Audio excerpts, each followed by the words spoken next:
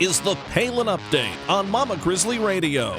I'm Kevin Scholla in the Narrowgate Security Agency studios. Because of all the celebrities who, have said some things that, weren't always the nicest things in the world. He's the only one who's ever apologized like that.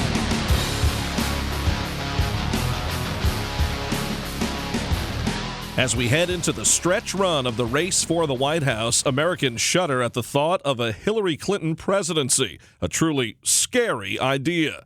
But while we are understandably on pins and needles about the election outcome, we need to laugh, too. Today, we thought we'd do just that with a young up-and-coming comedian that Sarah Palin knows pretty well. Payton McCann, Governor Palin's nephew, is here. McCann left Alaska over 2 years ago to try his hand at comedy in New York City. Today, we'll find out how he's doing and also ask about the pivotal role he had in the interaction between Sarah Palin and Louis C.K. last year. Palin nephew and funny man Payton McCann is coming up. Sarah Palin blasts the hypocrites who paint false narratives about Donald Trump, yet ignore Hillary Clinton's sketchy relationships. Palin applauds a homework policy that we bet your kids will love. And a brand new installment of Liberty and Legacy with Tamara Colbert is on the way from Texas. A big announcement from Tamara today. Sarah Steelman is off this week. Welcome to the Palin Update on Mama Grizzly Radio. The Palin Update is sponsored by Narrowgate Security Agency. Learn more at narrowgate.com. Many comedians mention Sarah Palin. When this comedian does so, he can call her Aunt Sarah. Payton McCann is a comic in New York City, and he happens to be Governor Palin's nephew. He has a great story, and we're happy to have him here with us today. And now we are pleased to welcome Payton McCann to the Palin Update on Mama Grizzly Radio. Payton, thanks for joining us. Thank you so much for having me, Kevin. It's great to be here. So your story, I mean, whether you're related to Governor Sarah Palin or not, and we know you are her nephew, but even without that little piece of information, I mean, you have a great story. A guy from Alaska moving to New York City to pursue his dreams. I mean, I have to tell you, I grew up 15 minutes from Manhattan, and, we were there all the time, every weekend, every week, no big deal to us. But I certainly remember bringing friends from Indiana, and they were looking up at the buildings like, Muppets from Manhattan. And and it wasn't just Indiana. People from South Jersey or parts of Delaware and Pennsylvania come to the Big Apple, and, it's a holy cow deal. So what was it like for you? First of all, why'd you want to get to New York? And what was it like the first time you did get there about 2.5 years ago? Yeah, absolutely, man. It's completely different. It's a totally different world there in New York than it is in Alaska.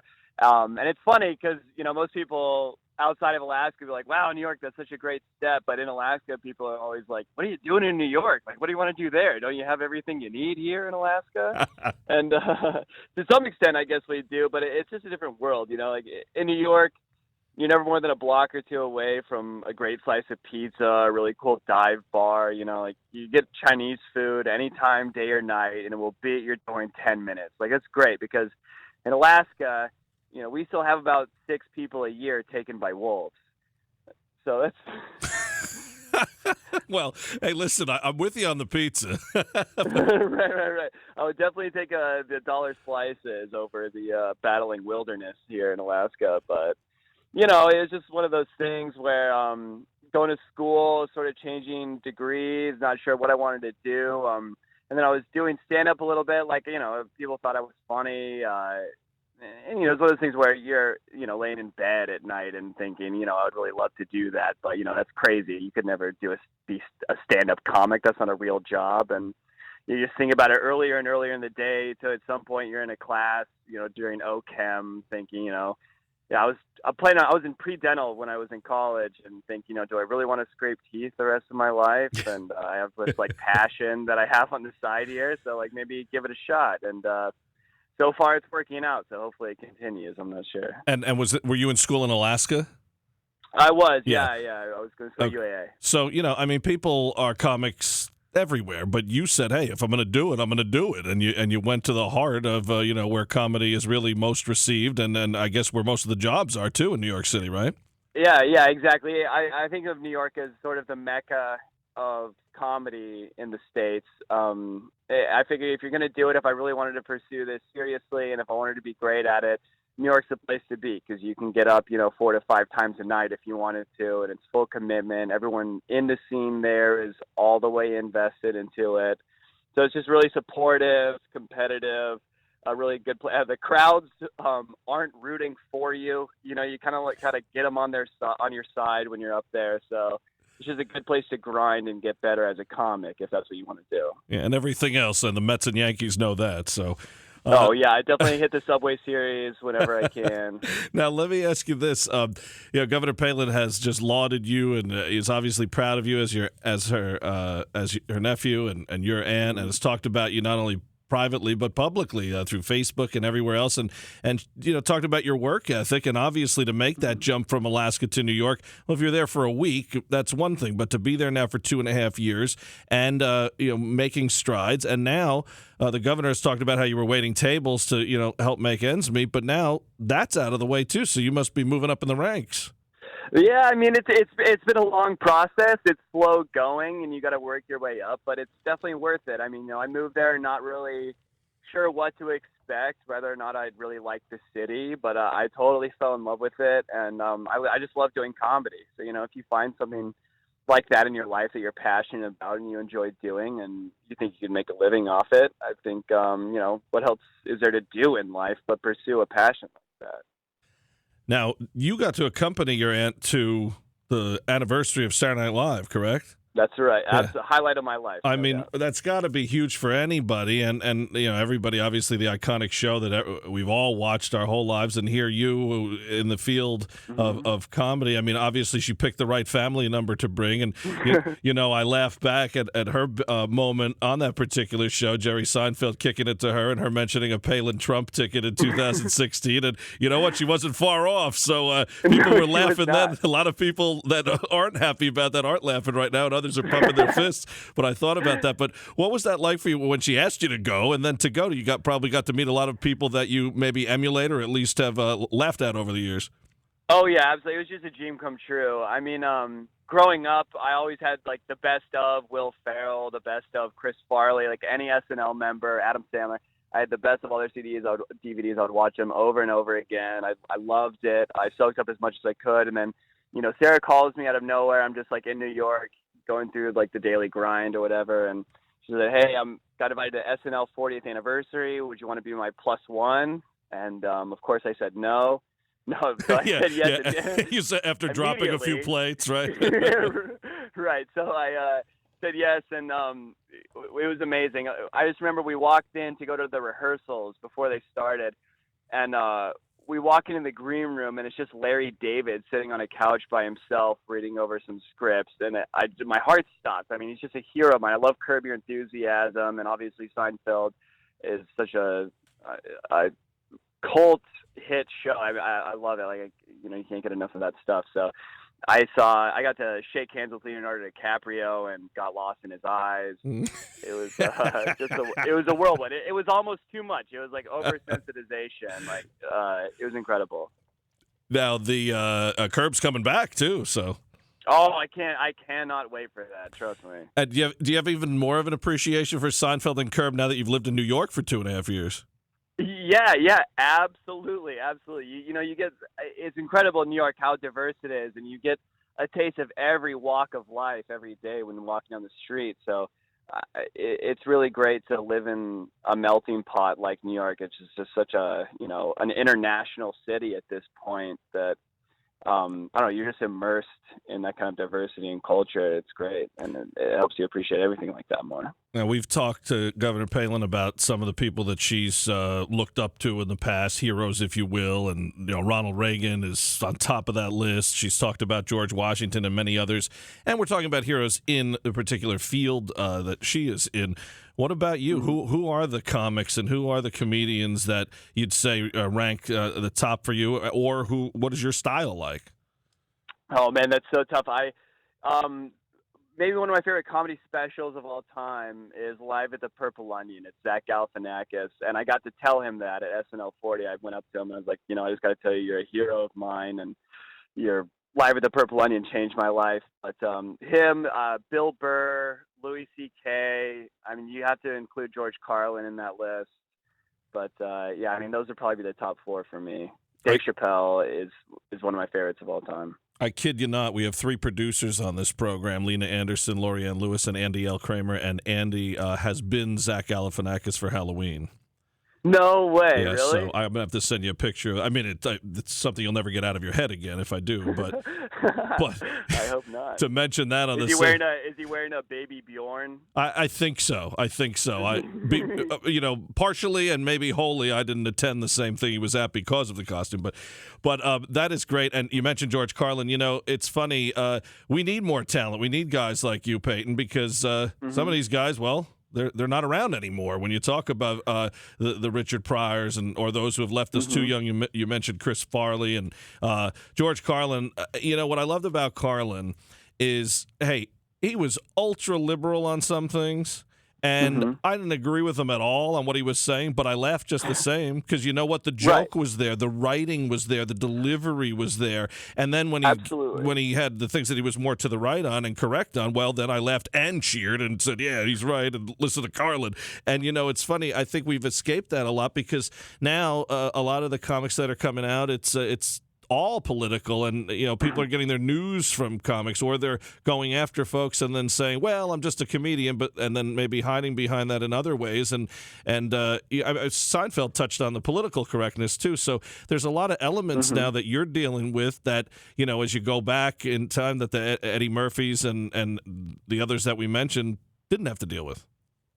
Well, yeah, the thing about Colin is, be it left or right, he was speaking his truth. He was 100% honest and real whenever he was on stage, and, no one can fault him for that. He was 100% speaking his truth. And I try to do the same thing when I'm on stage, and I do get political. I like to talk about Sarah a lot. And the thing about New York, obviously an incredibly blue state, very liberal city. They don't take well to conservatives, any kind of point of view that way. They're not tolerant of. And I like to point it out because, all these comics in New York City who are so liberal and they're, bashing Sarah or whatever, Donald Trump, I'm thinking yeah, how brave of you. Yeah, you're saying the same thing that literally everyone else in this city believes. You're not going out on a limb. This isn't a political statement that's edgy. If you want to say something that's going to get people's attention, just be honest and say something that, Trump isn't a totally bad guy, or Sarah Palin isn't an idiot. It's ridiculous. I hate how just liberal and intolerant that whole city is. It really is difficult to deal with sometimes. But, I talk about that a lot in my comedy, and it goes over well when you open people's eyes like that. I think it does, and I think you mentioned that earlier, trying to win them over, as you put it, and it's true. That's how New York is. I mean, because you do have those who may be quiet or not, obviously the microphones are in front of liberals in New York, but, like I said, 15 minutes from Manhattan for 30 years, and, I agree with your aunt on almost everything. So, it does exist. Donald Trump, obviously, I mean, there is, a New York conservative movement, but people will respect you, and I like your approach. I mean, there you could see someone related to not just Governor Palin, but any name that may be a polarizing figure in and out of a liberal state, and you could say, well, I'm going to change everything, not let anyone know. And here you belly of the beast, just like your aunt would do, and I think people would appreciate that. And if not, you know what? They're probably not going to laugh at you anyway. Right? Yeah, exactly. Who needs them anyway? They're not my audience. But I feel like if you're speaking honestly. And you can feel it when you're on stage and you just say something true and logical, and it strikes a chord in the audience, and you can see them sort of coming to your side and being, oh, I guess that is true. We all have these fences put up that we don't think we can cross, but, it's all a facade, and we can all come together. Everyone knows what's really right in their hearts when they get down to it. So, and that's what you touch on, and that's what people can laugh at, is their own hypocrisy. You've enlightened them, Payton. They walk out, wow, Palin and Trump, they really are humans. It's unbelievable. I did not know this. Louis C.K., you mentioned him as one of your guys. I've been a fan of it. Yeah, I watched his old show, let alone the FX one. And lucky Louis. However, I got to tell you, and look, I take a lot of things with a grain of salt when it comes to Hollywood, when it comes to music, when it comes to comedy, because we know it's 90% liberal or more. At least those, at least those who will voice their political stripes. And I still don't I still watch things. I still listen. I love that about your aunt too. I mean, she has infiltrated pop culture instead of a lot of conservatives who run away from it and try to think it's awful instead of trying to, embrace it and change minds and point things out. But I tell you, I was disappointed with Louis when I heard a lot of the things that he, said about your family, and it was rough. Most of these people I don't find funny anyway, and I could care less what they say anyway, so it's kind of just like, all right, that's just another straw. Whereas Louis, I was like, oh, come on, man, I like your show, and you're going this route. And I got to tell you, not only did you help Governor Palin, I think you helped a lot of conservative Louis fans who said, oh, okay, I like that this happened because we really like this stuff, and people were sour on him. So let's tell people quickly what did happen. Louis C.K. disparaging remarks about Governor Palin multiple times. And instead of holding that grudge against Louis, let's tell everybody what happened and your part in it. Well, I mean, I'm a huge Louis fan. I absolutely love him. I think he's a genius. And, he definitely said some things that weren't great about Sarah and some of her kids. But for me, it's one of those things where, does Louis actually believe what he was saying there, or was he sort of put on the spot? And as a comedian, you feel the need to say something shocking or provocative. And, that's not really who he is. You see his act, and, he's sort of like a moral compass for America. So I don't want to judge him on a couple little quotes that were taken out of context. I mean, obviously they were horrendous, but he's a comic, so you got to take it with a grain of salt, a big old grain of salt. And I'm just, I talked to Sarah when she told me we were going to the SNL thing. I said, of everyone that we're going to meet there and all the comics, I think Louis C.K. is probably the best of them and the biggest genius we'll see in the room. And I sent her a couple of his clips, like some specials and a few of his bits. And she loved it. I mean, obviously Louis is great, and Sarah's got an amazing sense of humor. She's so funny in and of herself. So she appreciates good humor when she sees it. And so we went to the after party at SNL, and I just sort of introduced the two, and they hit it off immediately. And they were, after 2 minutes of conversation, they were both saying, yeah, come up to Alaska. We'll go fishing. We'll take you out on the boat. So, they were immediately pals. It was really great to see. Well, that is great. And, and it just shows, Sarah Palin, too. And I've heard this from other people, too, that she's run into the political opponents who, if they really put their cards on the table and are worth their salt, and we're saying the word salt a lot for some reason, so, but never enough. But never exactly. Don't tell a liberal that; they'll pull that off your table. but I know it's happened with Mark Lamont Hill, other people who have met Governor Palin in places, and they've said, "Look, still disagree 1,000% politically, but what a nice woman." And where is that? We could certainly use more of that, and for Louis C.K., to say, hey, listen, sorry. And I know people said, was it an apology? No, it doesn't matter. I mean, the way he said, I could just see the delivery too, and I think of his show. Hey, listen, if he ever did go up there, that would be a heck of a show, wouldn't it? Louis fishing in Alaska. Oh, I would watch that on a loop all day. No, but I mean, Louis really did. He did apologize. He said he was sorry for what he said, and then he didn't mean it, and it was very sincere. And I definitely appreciate it. And I know Sarah did too. All right, good. I'm glad that you vouched for the apology too, because some outlets were saying, that's the thing, they detest, and it's not even Governor Palin. It's just conservatism. It's just, if you're not ultra liberal, they just detest it so much that even when a liberal apologizes to a conservative, I've seen some articles written like, did he really they're trying to make it like he did something terrible. Like, I mean, what's the big deal? He was wrong. Yeah, absolutely. Oh, it's amazing. But we've seen others who have just been so cutthroat and relentless on her, and it's personal and it's visceral and it's vindictive. It's not just comedy.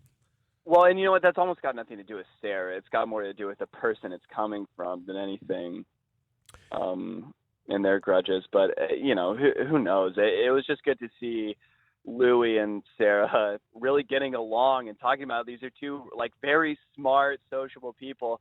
And it's very funny because Sarah is known as a very personable person. You never hear that of people talk crap about her before they meet her, and then they talk to like, wow, she's such a great lady. And I've never heard that from Hillary. It's always been the complete opposite. Yeah. I always right. agree with her views completely. And then as soon as they get a one-on-one with her, they're like, you know what? maybe we'll give Trump a shot. Yeah, and a one-on-one with her has been few and far between, as we know. 300-something days and counting. So. Yeah, exactly. Yeah.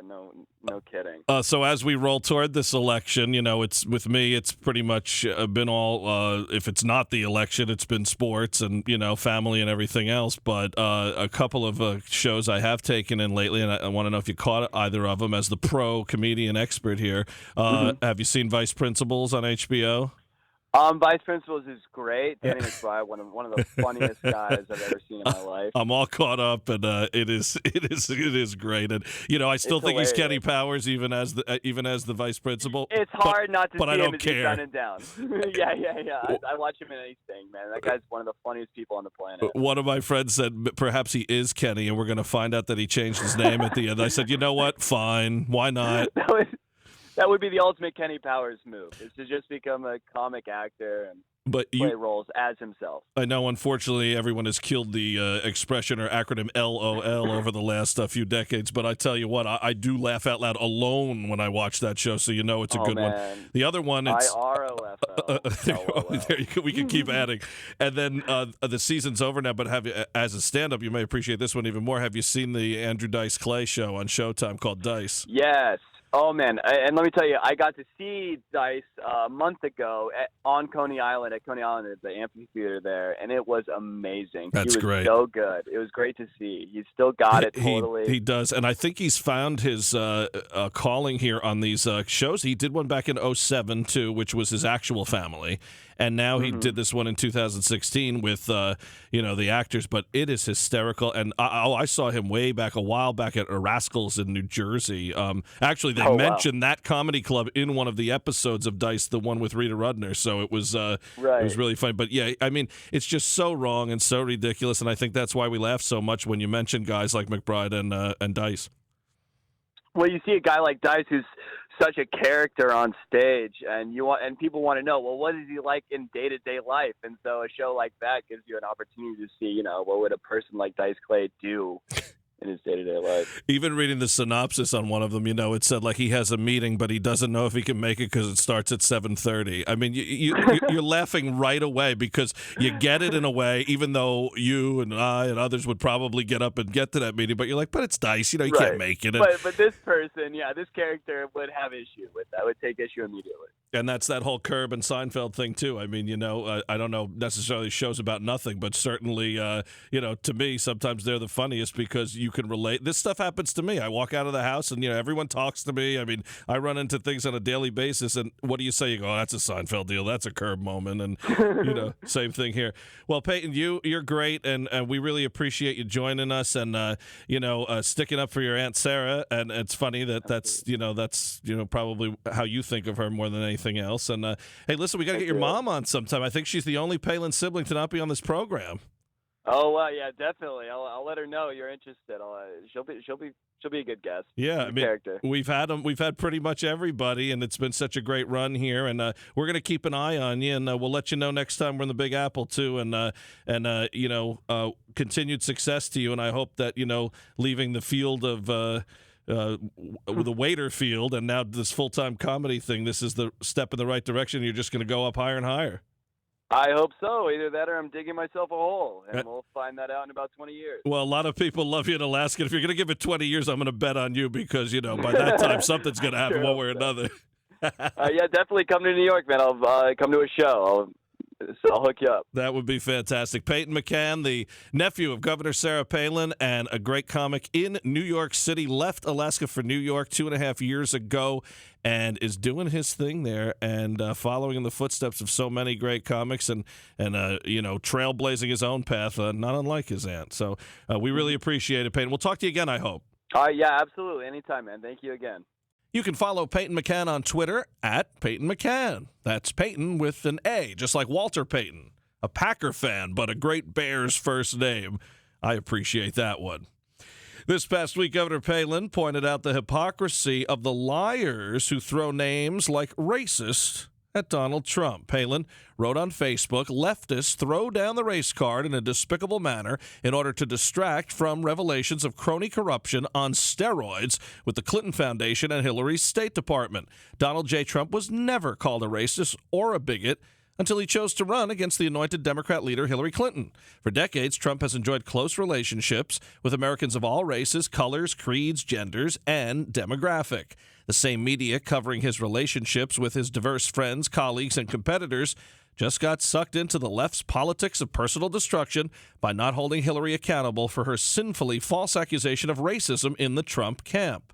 Out here in the real world, full of hardworking Americans who believe that all men are created equal, recognize it's only in the sick world of politics that we are divided into groups of blacks, whites, native, aboriginal, this, that, and everything else that would hyphenate America.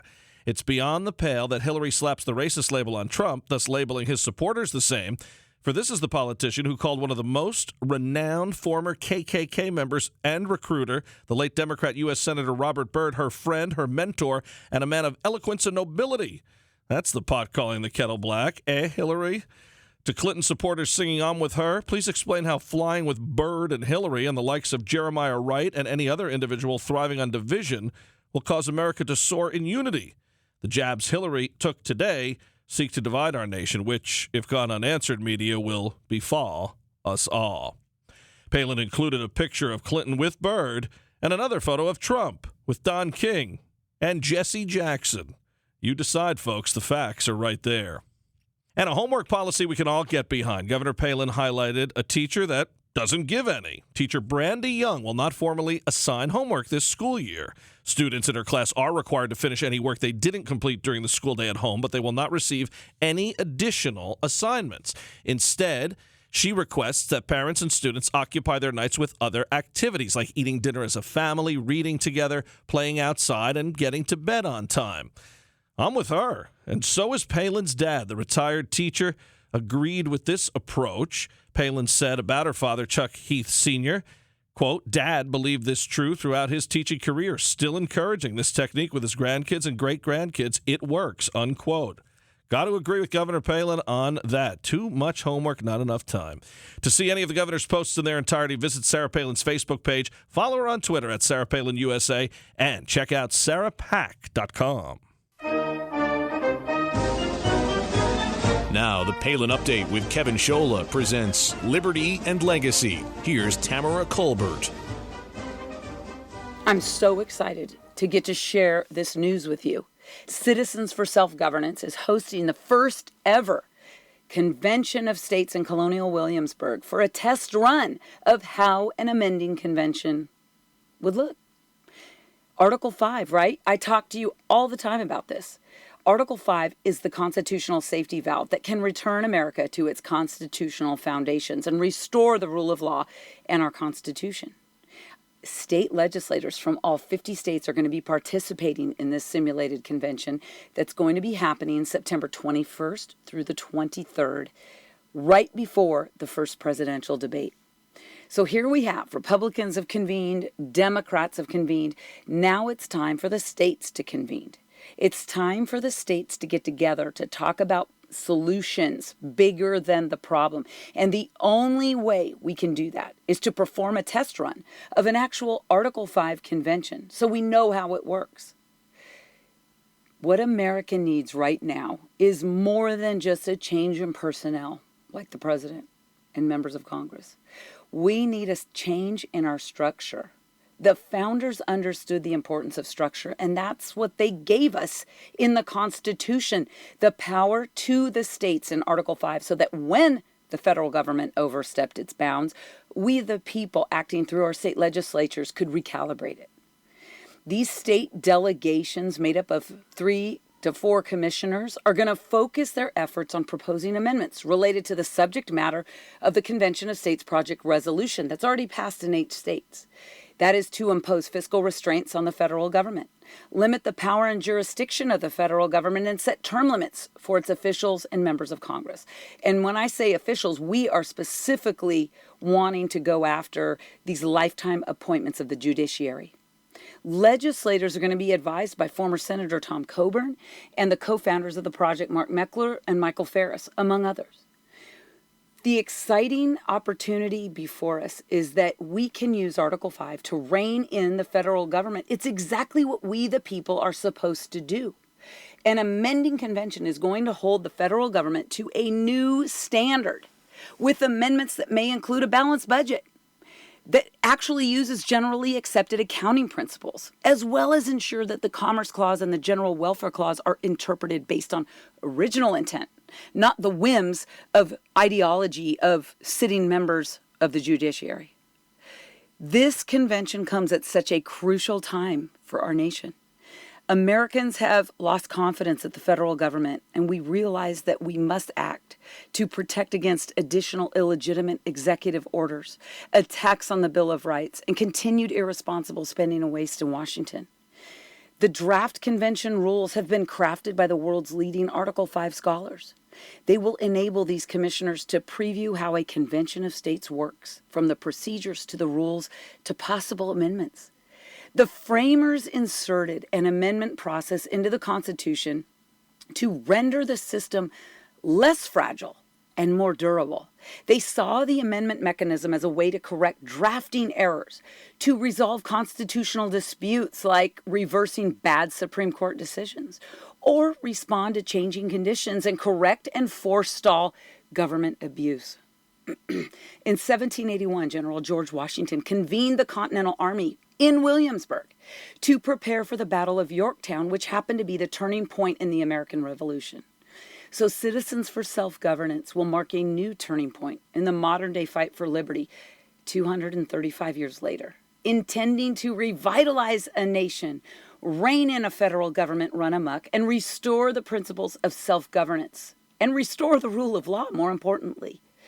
We are so excited. We are going to have a series of Facebook Live events starting Tuesday, August 30th at 9 p.m. on the Convention of States Project Facebook page. We're going to discuss how this simulated convention is going to change the fight for liberty forever. And it's going to explain to activists everywhere how you can get involved ahead of the Williamsburg event. It is an exciting time to be alive in this nation. We are so blessed with a Constitution that our founders had the wisdom, fortitude, and divine inspiration to put in their mechanisms that enable we the people to reclaim self-governance. We must unite and stand together. It is the only real way we can save our nation. I want you to join me. Go to conventionofstates.com and sign up today. Include your address, because that's the only way we're going to know how to put you in contact with your local leader in your House district and your state leadership team as well. September 21st through 23rd in Colonial Williamsburg. It is going to be a turning point. It is going to show those at the federal level that the people are awake, the people are educated, and the people are the final check and balance on American sovereignty and American liberty. Let's be that shining beacon of liberty's light to the rest of the world, to our fellow countrymen. I want to know what you think. Tweet me this week at Tamara Colbert, hashtag Mama Grizzly Radio. God bless you. Have an amazing, inspired week, and I hope you'll tune in Tuesday night, August 30th at 9 p.m. on the Convention of States Project Facebook page, and join me every Thursday at 11:30 a.m. Eastern Time on the Convention of States Project Facebook page for hashtag Constitutional Coffee. Folks, we are going to change this nation back to our constitutional system. We're going to restore the rule of law and this Constitution for ourselves and our posterity. Thanks for being in the fight with me. I'm Tamara Colbert from Mama Grizzly Radio. Tamara Colbert in Texas. Tune in for more Liberty and Legacy next week. And to learn about Convention of States, head to conventionofstates.com. The Palin Update, including Liberty and Legacy and Steel Resolve, is on demand and available for download. So just head to mamagrizzlyradio.com, pick the show you want to hear, and you can listen anywhere, anytime.